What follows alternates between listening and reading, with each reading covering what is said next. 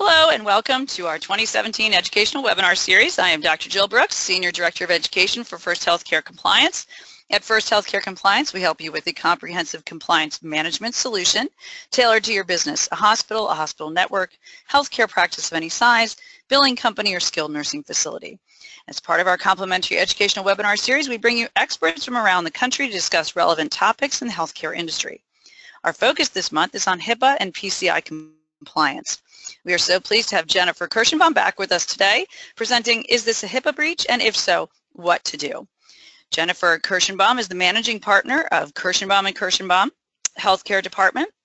Jennifer devotes her practice to assisting practitioners in all aspects of private practice, office-based surgery practice, Article 28 facility information and operation, independent practice association formation and operation, as well as hospital-based practice and hospital relationships and arrangements.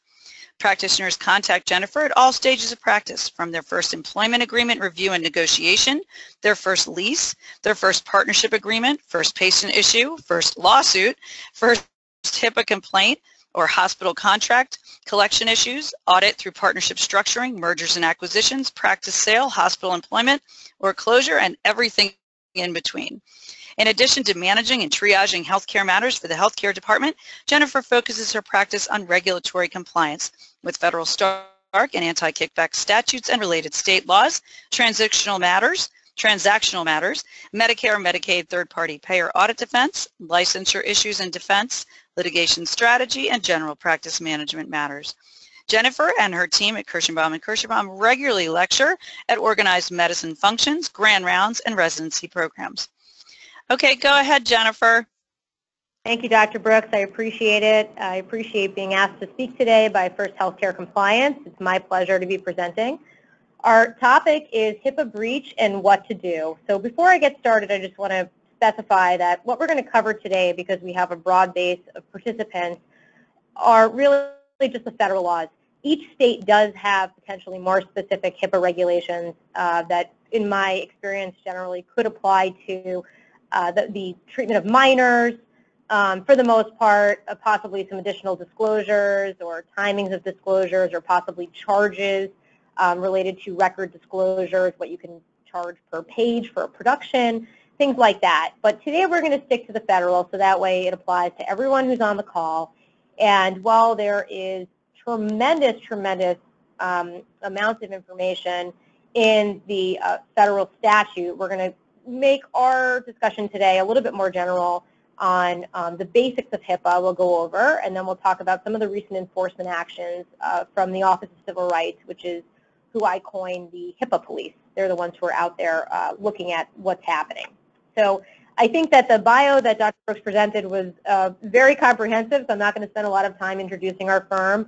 I will say that I am very pleased with the team that we've compiled here at K&K. We have about 16 attorneys, and I would say about 6 of them are involved day-to-day with our healthcare practice in different capacities of transactional litigation experience. And most healthcare departments around the country, whether it's a massive firm of 1,000 lawyers or a small boutique practice, generally has only 4 to 7 or 8 healthcare-specific people. So we actually fairly have a large healthcare department comparatively to other firms.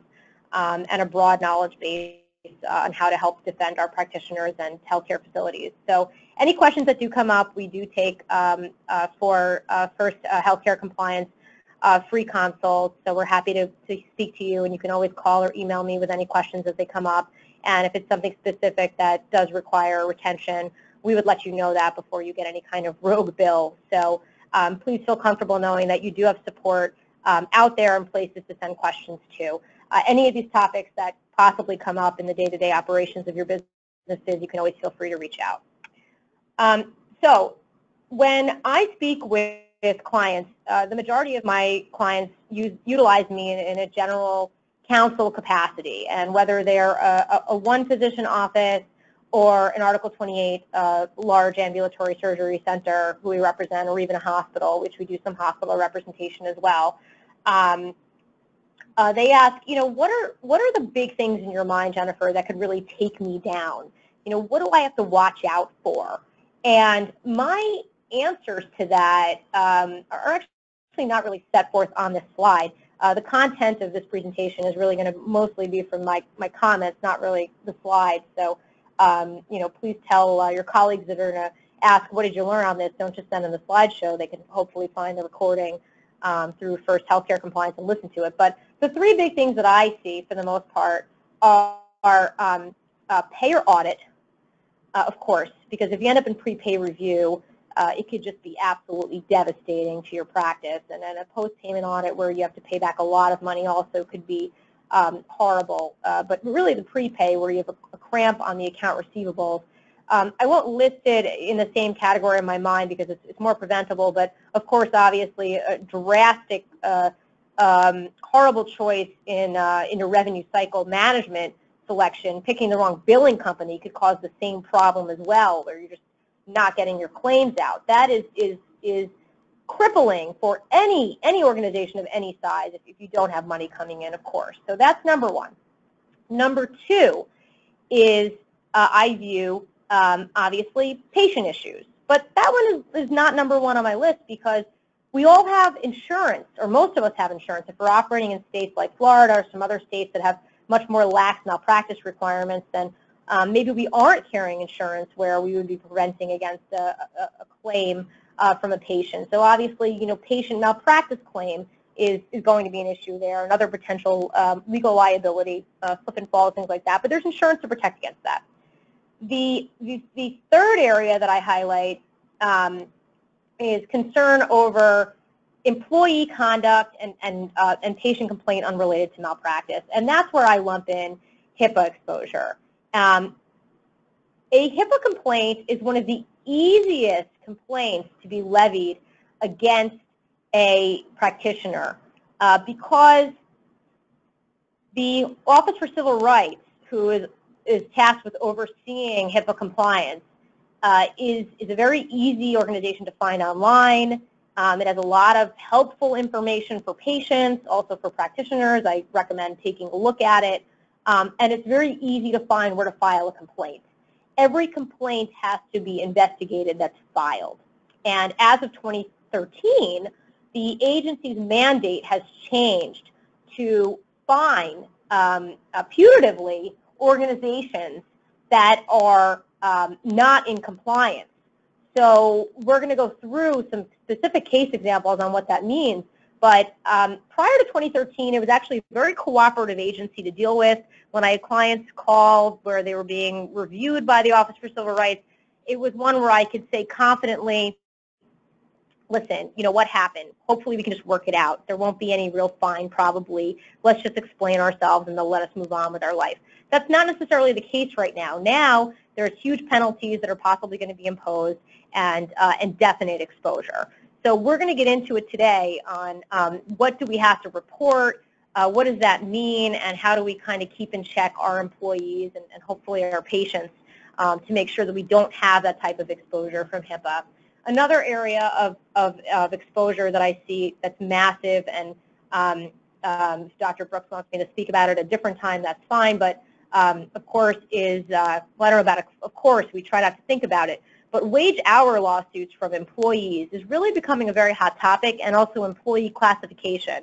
So even if you're a small organization, if you have an individual who's disgruntled and is going to try to cause a problem for you that works with you, that is one of the top three areas of liability that I see for any organization. If you're a much larger institution, of course, if you have one employee who's going to claim that they weren't paid proper overtime, many states impose treble damages, so it could be 3 times damages of what was owed for back pay. They could get a couple of extra people to sign up with them, and all of a sudden you have a class action on your hands, and that could potentially sink your organization. So staying on point with HIPAA, let's talk about some very basics, which I know we're all aware of, but I'll cover just in case. HIPAA is a federal law comprised of the privacy rule, security rule, and breach notification rule, and provides federal protections for personal health information held by covered entities. HIPAA is balanced so that it permits the disclosure of personal health information needed for patient care and other important purposes. And we're going to go through some of those purposes I think I'll do it in one of the later slides. But just to briefly identify for you, the privacy rule was a rule that we originally had in place. Many of us think of it back from 1996, where we had to start getting authorizations and we needed to have a policy on hand on how we could treat patient information.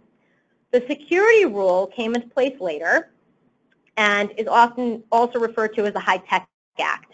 And it applies to electronic protected health information. So specifically information that's being transferred and traveling electronically. And that could mean even being stored on a laptop, an electronic device. So really anything that we're doing nowadays, assuming that we're not operating a practice that's entirely paper with not a single computer or smartphone available on the site, we all are going to have to abide by the security rule. And I'm not going to go into the security rule much more other than this slide, I don't believe. We'll see where my conversation that's one-sided takes me. But the security rule has its own requirements. We mandatorily have to have a security policy on site that specifies who our security officer is. If we're using the internet in any capacity, we'll touch upon the security risk assessment tool later on, so we'll get to that. The breach notification rule is really what we're going to focus most of our time on today, and that is the rule that specifies when do we have an obligation to report to our patients for a breach, and also report to the government. And when do we have to notify the media? When does that come into play? And when does that come into play with potential fines? So those are the three rules that comprise HIPAA at the moment. Obviously, subject to change. These are all federal. So the Congress has enacted these rules.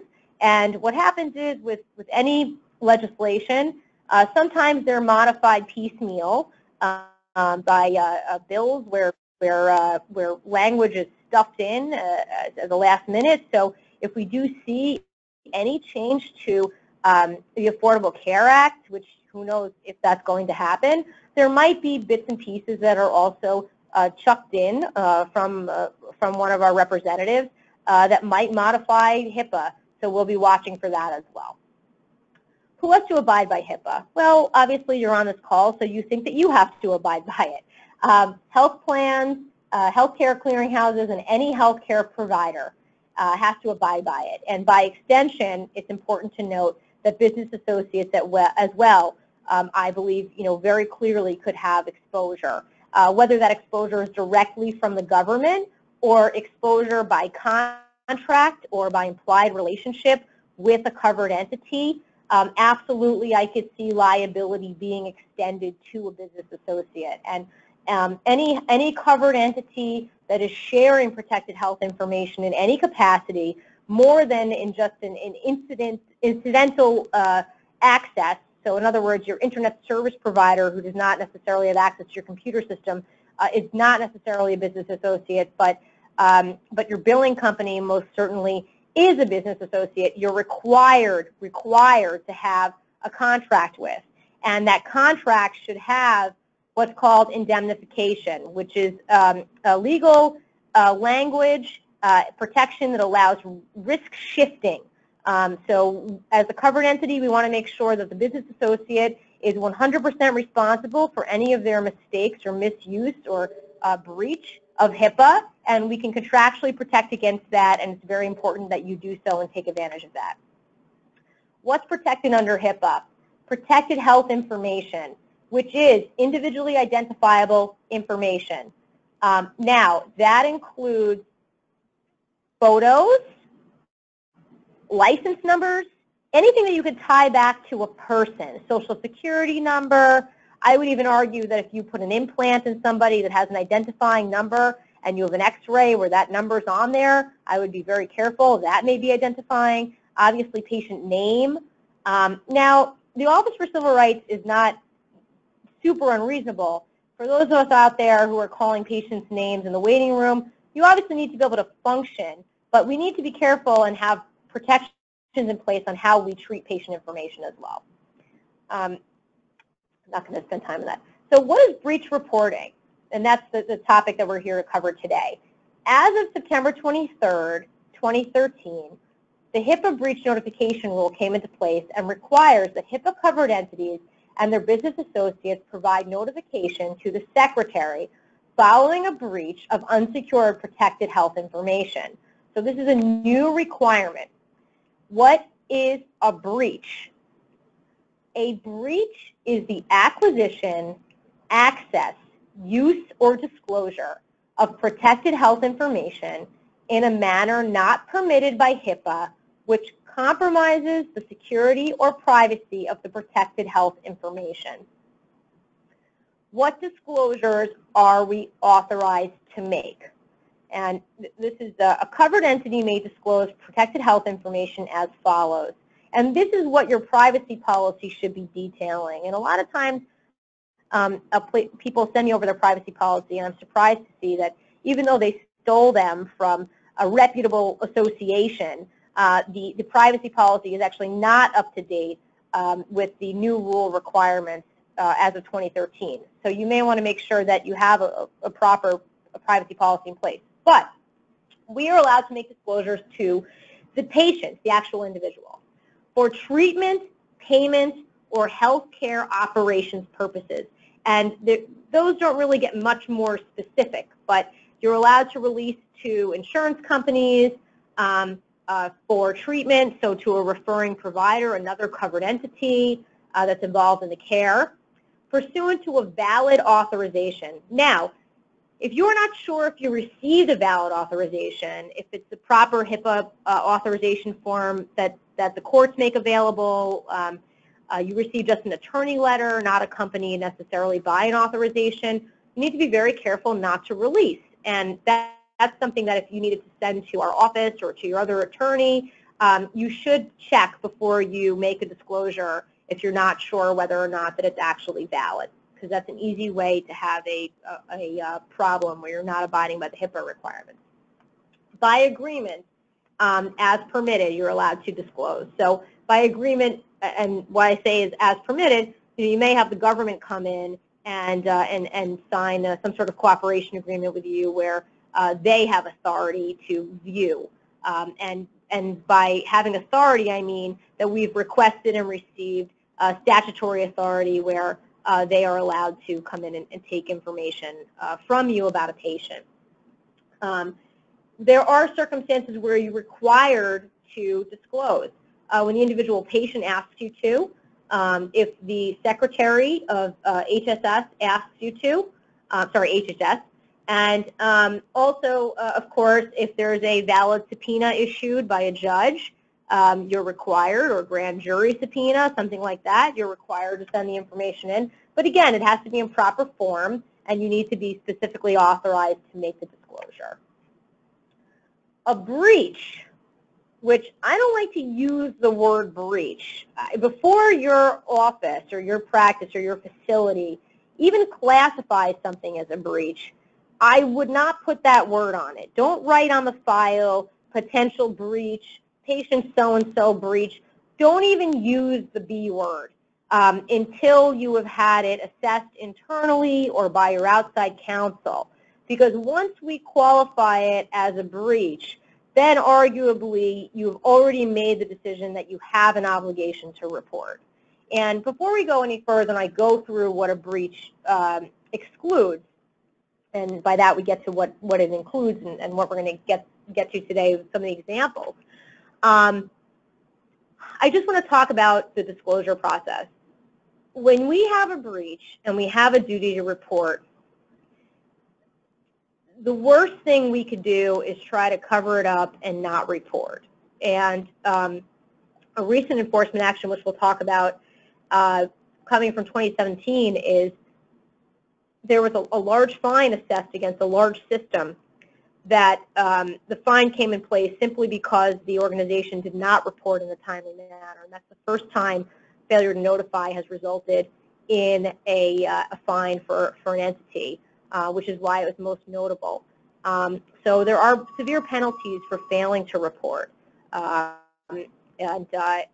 we have to report once we have a breach. However, I will tell you that as a compliance attorney, If there's no obligation to report, if we make that determination, we're obviously much better off, because as soon as we have an outside agency or government authority coming in and sniffing around, the authority that they have is so broad, and there's nothing to prevent a fishing expedition. And once resources are expended towards an investigation, it is very, very unlikely that there will be a resolution without some sort of financial penalty, which is obviously to the detriment of the organization. So if I can keep third parties out, I try to do so to the best of my ability. Now, that's not how most, no, I wouldn't say most, but that's not how some of my colleagues operate. They are preventatively cautious, and they will, what I consider, to over-report. And I believe that that is absolutely to the detriment in definite certain circumstances to the client. And I'll explain that a little bit more once we go through the process of determining whether or not you have a breach, because really your counsel is who should be taking responsibility for helping with the assessment on whether or not a breach has actually occurred, which means that the people that you're working with should be taking personal responsibility as to whether or not you actually have an obligation to report. And if you, specifically if I can stand behind my thought process and my assessment on why what's happened is not a breach, well, then that's the burden that I've taken on for you, so you can sleep better at night, knowing that you do not have an obligation to report. In addition, obviously, to having financial exposure by reporting for failing to adhere to certain requirements under HIPAA, there's also the negative stigma. If you have a major breach that's been determined and we have an obligation to notify the public, there may be direct ramifications to volume that's coming in. So we want to be really careful before we put the label and classify as a breach. So let's talk about what is not a breach. Not a breach is any unintentional acquisition, access, or use of protected health information by a workforce member or person acting under the authority of a covered entity or a business associate, if such acquisition, access, or use was made in good faith and within the scope of authority and does not result in further use or disclosure. I recently had a case with a hospital where an employee claims that she was told by a supervisor to check a schedule of an affiliated facility for one of the physicians and to give information on that doctor's schedule, and she accessed patient information that she was not necessarily directly involved in the care. The hospital had a problem with this individual and was looking to make a case against her to have her relieved of her duties for unrelated causes.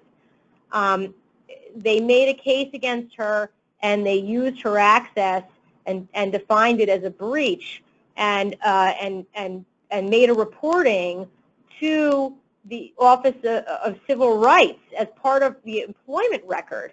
And I thought that was completely ludicrous and to their severe detriment. And it has also resulted in, obviously, additional penalties to the nurse and to the facility. So I don't, here in my mind, if there actually was a valid order from a supervisor for her to, in some scope of her position, to make a good faith inquiry into this physician's record, assuming that I'm hearing the correct story and that it could be documented as such, why that was included or made a case for it to affirmatively be classified as a breach, again, is a bit beyond me. So it's interesting how some like to interpret, but in my mind, if you have a workforce member who is under contract or under policy or procedure with an employer that they are bound by HIPAA restrictions and acting within the scope of their authority, then in that instance, their exposure to information would not constitute what I consider to be a breach. Now, let's talk about what would potentially be a reportable breach. It also depends how the information is used. but you're treating celebrities, and you have members of your front desk that are accessing their health information for no apparent reason. If you find out about this and you think that possibly one of your hourly employees may be utilizing this information for gain in some way, or publicizing this information, you would have to take immediate steps to address that, and I would get counsel involved immediately to make sure that you're documenting appropriately, and also we would have to assess each individual circumstance to see whether or not the activity actually constitutes a breach. Now, a breach also excludes a disclosure from one authorized person to another authorized person. So this would be covered entity to covered entity, practitioner to practitioner. That would be completely excluded, because both individuals who are authorized clearly are able to have the information that they're in possession of. A disclosure of protected health information where a covered entity or business associate has a good faith belief that an unauthorized person to whom the disclosure was made would not reasonably have been able to retain such information. Now, I've had instances of this where it could go either way, depends on the facts, but information was improperly posted by a clearinghouse to a healthcare provider, the wrong healthcare provider, and there's been immediate notification, or in some instances there have been delayed notification. The information was subsequently taken down. There's different ways to combat the classification of breach, or you may have to make a decision that actually there was some potential for untoward conduct there, but you would have to look at a case-by-case basis. You know, who had access to the information from the healthcare provider? Was that person under some sort of contract where, or nexus to the entity where they would be considered a part of the covered entity, a workforce member working in good faith? Had they not retained that information, and can you say that it was taken down fast enough to mitigate exposure? There's also additional elements that we have to consider, whether or not there's an exclusion from breach, and that is whether or not there's a low probability of compromise. A prohibited use or disclosure is a breach unless the covered entity demonstrates there's a low probability the protected health information has been compromised based on a risk assessment of at least the following factors. And this is where your counsel would come into play.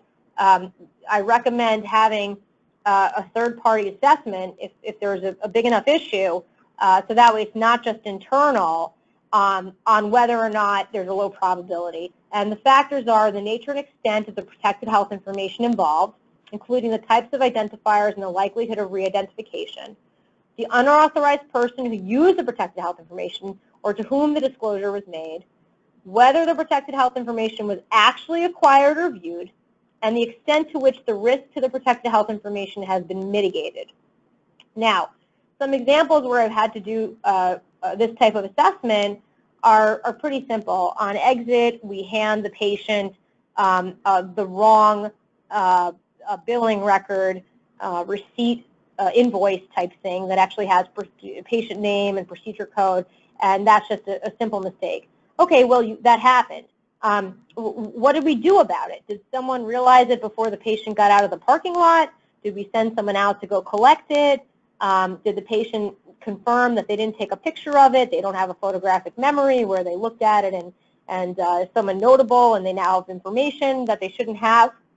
So these types of, the facts is what's going to be determinative of whether or not there's a low probability of compromise and whether or not the actual circumstances should be considered a breach. Now, the important part of what I'm talking about here is not retaining each individual factor or even retaining these 3 bullet points of what a breach specifically excludes. The important takeaway from the definition of breach is this. If you have a disclosure that is not specifically authorized by HIPAA, that is not to another covered entity, is not for treatment, payment, or operations purposes, is not by an authorized within the scope of their work staff member, if those things happen and it's outside the realm of what standard is, there needs to be an assessment. And that's what the government is going to come in and look at. Whether or not you have recognized and taken the time to put in preventative measures in place, so policies and procedures to protect against these unauthorized disclosures, and then if you've taken steps to mitigate any potential damages or any potential compromise of the information after the fact. That's the important takeaway. So now we're going to get to the notification requirements if you actually have a breach. Who do I have to notify? You have to notify the Office for Civil Rights. They are the ones tasked with enforcing the privacy, security, breach notification rules, as I've mentioned before. And this is everyone who has to participate, as we went through, providers, facilities. There's two kinds of breaches. There's big breaches, where there's more than 500 patients impacted, and then there's small breaches, where there's less than 500 patients impacted. The big breach requires immediate action, okay? 60 days of the breach date, you must send by first-class mail or by email, if you're authorized, notice to the patient. And there must be a description of the breach, information that was involved in the breach, steps taken by the individual to protect themselves from potential harm, and a brief description of what the covered entity is doing to investigate the breach, mitigate the harm, and further prevent breaches. If you can't find the patient, you are required to send substitute notice. You're required to post about the breach on your home page for at least 90 days, or provide notice in major print or broadcast media. So this has to be very, very public that you had this breach. And you may recall reading about certain notifications. I'm not going to name the hospitals, but you know, when a hospital has a breach, you read about it in the news. It's big news that such and such institution has been compromised and this many patients have been impacted. And the financial liability that results is substantial. You're required to provide a toll-free number that remains active for at least 90 days where individuals can learn if their information was involved in the breach. Now, obviously that means this number has to be manned by someone available and authorized to discuss this information. The media notification for a big breach, more than 500 patients, requires the covered entity to provide notice to the prominent media outlets serving the state or jurisdiction. And it could be in the form of a press release. It must be provided without unreasonable delay. So a lot of the larger institutions where this might happen, they don't normally act very nimbly. There's a lot of internal bureaucracy, and you need to make sure that this is not left hanging open, and it has to be within a reasonable time frame. And we'll talk about that with the recent action against the large provider that happened. Notice to the secretary. For more than 500 individuals affected, you must notify the secretary without unreasonable delay, in no case later than 60 calendar days from discovery of the breach. Now don't forget, the discovery of the breach is different than the classification of the breach. The discovery is, we know something happened. We then have to do an assessment to determine whether or not it is or is not a breach. And then once we decide it actually is a breach, depending on how many people are impacted, we have to take action. Small breach notification notice to the secretary. If it's less than 500 people, you have an annual duty to report, which is due at the end of 60 days of the calendar year. So at the end of the year, each entity, small and large, is supposed to do a consolidated assessment for the government and let the government know these are the breaches that we've had over the year. Now, remember, these are not mere disclosures. These are disclosures that have been assessed and determined that they are actually a breach. And here's the link for reporting at the end of the year. And it has some more information there on reporting. The covered entity is ultimately responsible for ensuring individuals are notified. However, the covered entity may delegate the responsibility to the business associate. If the business associate is the reason why there's a breach. And this is why it's so important to have proper contracts with the business associates. So that way it's very clear who's responsible for what, and if there's financial penalty, who's going to step up and pay. So if you're not sure if you have proper business associate agreements in place, you're not sure if you have the risk shifting language in there that we talked about, indemnification, please go back and review. This is a standard, fairly standard document, at least for our firm, where we put in place indemnification, and we're happy to help you solidify. It's not a lot of work, it's not a big legal bill, but most certainly it could be a penny wise, pound foolish for sure. You want to make sure you get this in place because it could exponentially cost you tremendously more on the back end. Examples of exposure. Now this is a 2015 settlement. Cancer Care Group PC had a stolen laptop from an employee's car, and they ended up settling with OCR for $750,000. This is a large oncology private practice, 13 radiation oncologists serving hospitals and clinics throughout Indiana. The findings by OCR was that there was widespread noncompliance with the HIPAA security rule. They had not conducted, on an enterprise level, a risk analysis when the breach occurred. Now, this is a long time ago breach in 2012. They had no written policies in place specific to the removal of hardware. They weren't tracking which employees had what hardware and what access. And I'm assuming here, it doesn't say, but that they didn't have proper protections on the laptop that was stolen. Patient information may have been on the desktop. I'm not sure exactly. But they had unencrypted media, backup media. So significant risk. And what happened? Significant exposure.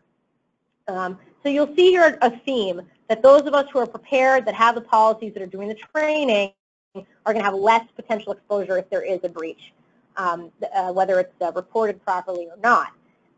St. Elizabeth Medical Center, November 2012, OCR received a complaint alleging noncompliance with the HIPAA rules, a workforce member's use of unsecured internet-based document sharing. Now, this is a big thing, and many of us are using programs that the owners of the software are saying to us that they are HIPAA compliant. Well, I want to make sure that's in your contract, by the way, with the software vendor that you're utilizing. So if you haven't looked at that, where they're taking responsibility and they're willing to pay if actually they're not encrypted properly, you may want to double check those contracts, and before you enter into them, you may want to make sure that you address that with them and have that reviewed by counsel. So SEMC submitted notification to OCR that they had a breach. Unsecured electronic protected health information stored in a former workforce member's personal laptop and USB flash drive, affecting 595 individuals, had gone missing. They also had to pay $218,000, and they had to adopt a robust corrective action plan, which is a settlement agreement with the government that talks about the steps that they're going to take. So this is St. Elizabeth Medical Center. Hospice of Northern Idaho. They had a stolen laptop, fewer than 500 patients, and they had to pay the government $50,000. Now, that doesn't include legal expenses and internal costs from having to undergo this type of assessment. They failed to conduct an accurate and thorough analysis of the risk to the confidentiality of the electronic protected health information, and they did not adequately adopt or implement security measures sufficient to ensure the confidentiality of electronic protected health information. That was the assessment by the government. So the lesson that I took from this is that it's important for each institution or facility to implement safeguards, perform risk assessments as needed, and report when necessary. I love this one because I love when health insurance companies get in trouble, but I also highlight it because it's another one of those kind of eye-popping, like, oh, I didn't think of that. Where do we have protected health information? Where do we have to be worried about? Where is it in our operation? Affinity Health Plan, who I have no love for, returned copiers at the end of a lease, and they did not erase stored data. So as you look around your work facility, think about where are you actually maintaining protected health information. They sent back copiers that were smarter than most people and had retention capacity of retaining up to 344,000 individuals' information for over years of use. and they did not erase the data before sending it over. Question is, why didn't their services agreement with the copy place provide them with a backup possibly, and then delete it before it left the facility? That's something you may want to make a mental note of if you're still listening. And Affinity had to pay the government $1.2 million for failing to incorporate the electronic protected health information stored in the copier's hard drives in its analysis of risks and vulnerabilities as required by the security rule. So know where and when you have a responsibility to protect, report and address HIPAA exposure. Now, what I want to say about this, in addition, about the amount, the number, 1.2 million, is that the government takes into account the size and ability to pay. So Affinity Health Plan, obviously, is a large organization. It's not as big as some of the other insurances, but it is it's still a large organization. It's not a one-woman medical practice. So had a one-woman medical practice had this happen to her, the number would not be 1.2 million. It would be substantially lower, which is why with some of the other plans, you know, we see hospice in Northern Idaho, they had a stolen, same thing, stolen information from a laptop from an employee. This is a $50,000 charge. We had St. Elizabeth's Hospital. They had a problem here with $200,000. So they take into account how big. This was a large dermatology practice. They had an employee lose a thumb drive. And we're going to talk about how we can prevent against that. But they had to pay $150,000 for failing to conduct an accurate and thorough analysis of potential risks and vulnerabilities. And from OCR, they got a little cheeky and they said, as we say in healthcare, an ounce of prevention is worth a pound of cure. That is what a good risk management process is all about, identifying and mitigating the risk before a bad thing happens. Covered entities of all sizes need to give priority to securing electronic protected health information. So we need written policies and procedures. We need to train workforce members. This is the 2017 press release from a 2014 exposure, so it was just settled. Presence Health System, one of the largest healthcare networks serving Illinois. They have over 150 locations, including 11 hospitals, 27 long-term care and senior living facilities, multiple physician offices, healthcare centers, home care, hospice care, behavioral health services. This was a very interesting assessment because this system was required to pay $475,000 for lack of timely notice of the breach. January 31st, 2014, OCR received a breach notification report indicating that on October 22nd, so they just missed the 60 days, Presence discovered that paper-based operating room schedules, which contain the PHI of 836 individuals, were missing from the surgery room at Illinois. So this is a self-reporting. What happened here? Did an individual put down a magazine and accidentally pick up an additional folder and walk out with it? And then finally the facility, facility became aware, realized it. They weren't sure what happened to it. Did the work member just throw it out? Did they shred it? They weren't able to find it. But this is something that could so simply happen to anybody. And then they ended up self-reporting. So I don't know what kind of due diligence they did internally to do an assessment and decide whether or not this is just an improper use or disclosure. Can it be excluded from breach? Does it have to be a breach? But they decided that it had to be considered a breach. They ended up reporting it.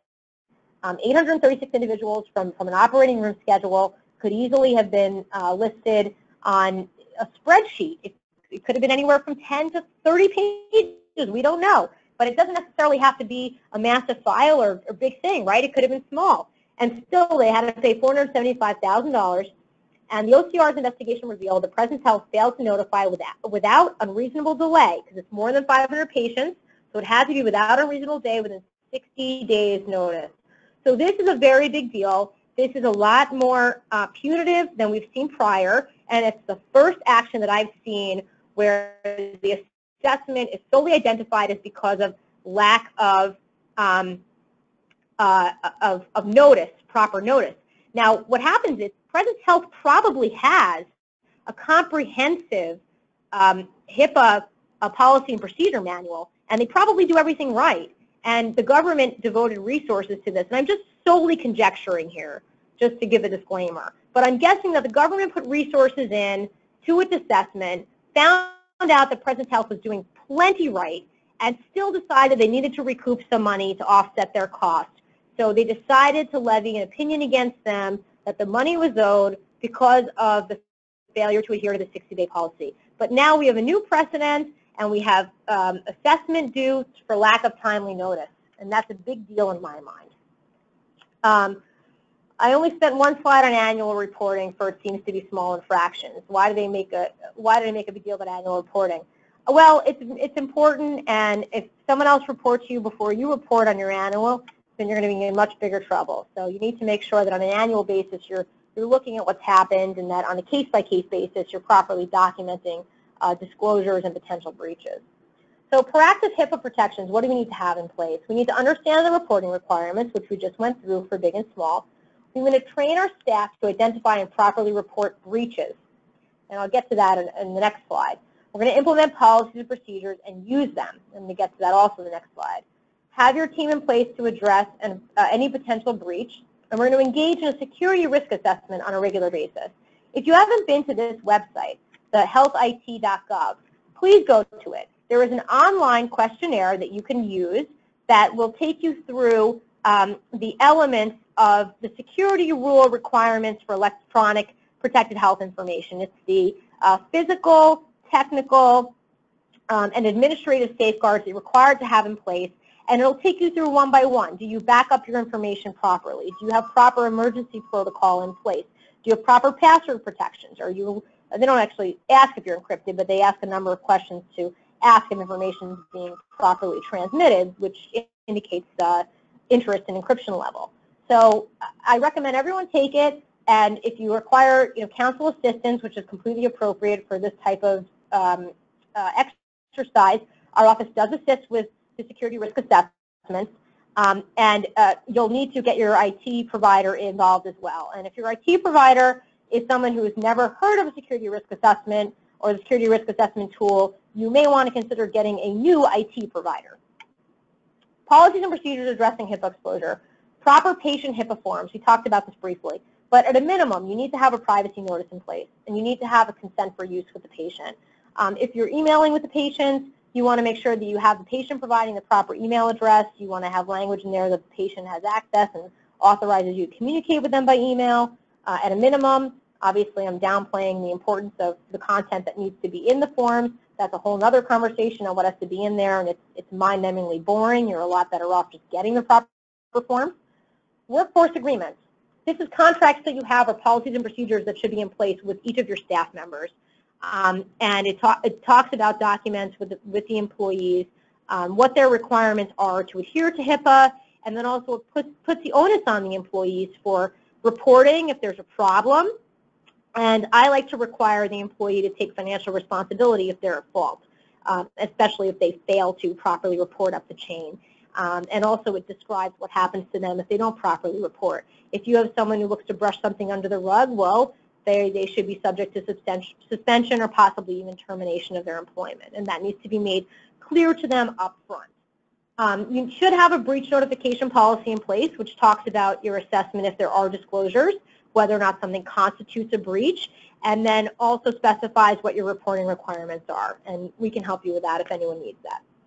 A security agreement I mentioned, but you're required to have it under the security rules. If you're doing anything involved with a computer at all at the office or smartphone, if there's any electronic protected health information involved in the practice at all.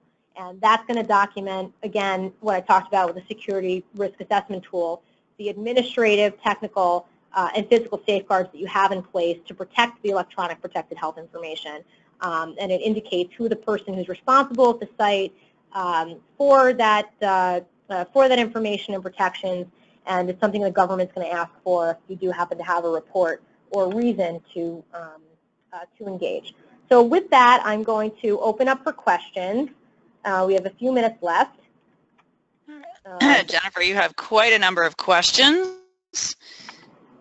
Let me just start. Hang on one second here. And like I said, if we don't have enough time, we'll address the rest of these questions offline. Is it required or just suggested to have patients sign a HIPAA form yearly? No, it's not required to have a patient re-sign the HIPAA form on an annual basis. Once you have it in place, you have it in place. You may want to ask patients to update information on an annual basis, which I think the majority of providers that I'm aware of do, or at each visit they ask, do you have a change in your information that you'd like to give us? Okay. Does a business associate have to report its breach to the HHS secretary? A business associate does not have an affirmative obligation to report. However, the business associate, depending on your agreement with them, is handling your patient information. So your contract with your business associate should specify that the business associate has an affirmative obligation to report to you in a very timely manner their misuse of patient information. Because it has not happened yet, but I am waiting for the day when I have to report that the OCR has taken action against the covered entity because of the business associate's actions. When a college student is seen and the parents are not on the release for medical information, but they are the policy holder, what are we allowed to disclose? And can we disclose the billing information since they are the policy holder? This is a really, really tough one. I'm going to try to make it short because it could be long. It depends on which state you're in with the minor rules, if the person's a minor, or if the person's not a minor, and it's just that you have this comes up not only with college, but when you have a different person responsible for payment than who the patient is.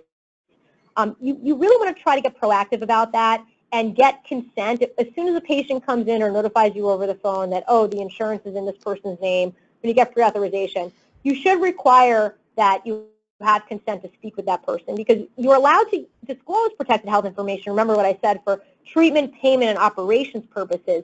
But if you disclose what the patient thinks is inappropriate, even if you can defend it, you may potentially be reported, because people are very, very particular about their health information. So if they find out from their parent, you know I came in for contraception, or you know I came in for an abortion, how can my doctor have disclosed that? You're very likely going to be reported. And as we talked about, that allows the government to come in and sniff around on a whole bunch of other issues that you may not have thought were relevant at all. So it opens a big can of worms. So my advice is, to the extent that you can, if you have not already, implement policies where if someone else is responsible for payments than the actual patient, you want to make sure that you have a broad language that authorizes you to disclose anything related to the care to the person who's paying, because that will provide a better defense for you if there is a problem later on. Regarding keeping the documentation for your assessment to determine if it's a true breach, how long do the assessments need to be kept on file? Well, again, at a maximum, there's going to be an annual reporting period. So you would end up having a report. Obviously, the Office of Civil Rights is a government bureaucracy, so how quickly are they going to engage and look into any potential breach? I would make sure to keep that information at a minimum. Safest bet is going to be 6 years, I would say. I would maybe even just include it in possibly like a closed portion of the medical record if you can, or in your legal compliance folder.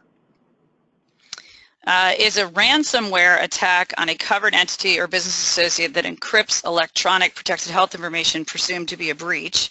And what factors do you apply to determine if the ransomware attack resulted in only a low probability of compromise and is not a breach that requires notification? If you have a ransomware attack, which is unfortunately our reality, that's a very good question. I would say we immediately have to notify, and I wouldn't just notify the Office for Civil Rights. The FBI has a specific department that is actually, I'm aware in multiple states that they have their own divisions. Maybe it's in all states. I'm not 100% clear on that, but they have ransomware offices as well, divisions that are specified. So if one of my clients called me and said they have a ransomware attack, I would say we must notify the government immediately and get them involved in our internal assessment. And I would notify the FBI and I would notify OCR immediately. Is encryption on laptops that travel required if the patient information is cloud-based and requires a login to access? So the cloud-based and login to access itself is a level of encryption. So I think it's really up to you, but I think the password-protected laptop is definitely the way to go. You may also want to consider adopting technology that allows you to remotely swipe. And more importantly, on a basic level, you want to make sure that you're tracking which employees have what technology and what access. And you want to make sure that you have a clear ability to be able to wipe their ability to access the system no matter where they are. And that includes on smartphones, too. I think we get really, really lax with our telephone usage. So we want to be careful and make sure that we have those protections in place. Could you address the reason why HIPAA does not cover those people that do not exchange any electronic information? HIPAA does cover those people. It's the security rule that does not cover those people. So HIPAA, from the 1996 version that we're used to, with the privacy rule and talking about disclosures we can make for patients, very much does cover any covered entity that is, so any provider, any healthcare practitioner, any facility that is treating people for medical purposes is covered by HIPAA, and protected health information can only be disclosed under certain circumstances. However, the security rule adds additional burdens on facilities and providers that are electing to utilize electronic means in their practice. So whether that's electronic charts or electronic claim submissions or electronic prescribing, any of those things would qualify you for having to comply with the security rule. Must a practice provide annual HIPAA education to their staff, and does this include the physician? Any training should include the physicians, as much as they do not like to avail themselves or give their time up for the training. I'm not aware, I'd have to double check, but I don't believe that you have an affirmative obligation to train necessarily on an annual basis. But I will tell you this, if you have adopted policies and procedures that stipulate that the organization does provide training on an annual basis, you better stick to it. All right, I'm just looking, one last one. Is it true that the practice can only charge for CD and postage, usually $6.50 for CD and postage around 98 cents, no matter how many pages are in the medical record? And if we want to send paper charts, we are liable against the HITECH Act, and they can file a complaint with HHS? Well, okay, so states generally set reimbursement per page if you're doing paper. The federal laws, which do address reimbursement for production, they say that you're allowed to charge for the administrative components and also for the actual cost of the devices that you're utilizing to remit the records if you're doing it electronic records. So if it's a disk or a thumb drive you're using, you can pass the charge through to the patients. And the states may set, each state by state may set a maximum. So in New York, I don't believe they raised it. I think it's still 75 cents a page. New Jersey's a little bit higher. I know some other states might be higher or lower if you're doing a paper record. And that a specific number for postage that you gave me, Dr. Brooks, is also set by state. So each state would be different for postage. What I will caution is this, is we're all very aware that very few of our patients are really happy to pay for anything. So an additional assessment to patients for records, you better make sure that your practice or your facility is also putting together an itemized invoice on documenting why you're charging for what. Because as soon as a patient gets an additional charge, as legitimate as it is, and I think it's very legitimate, and I like to see you get paid for everything, there's always a chance that you will irritate a patient, and it's a very easy way for there to be a report made. When you have an angry patient who goes home, the HIPAA complaints, as I said at the beginning of our broadcast, is one of the easiest complaints that a patient can levy against you.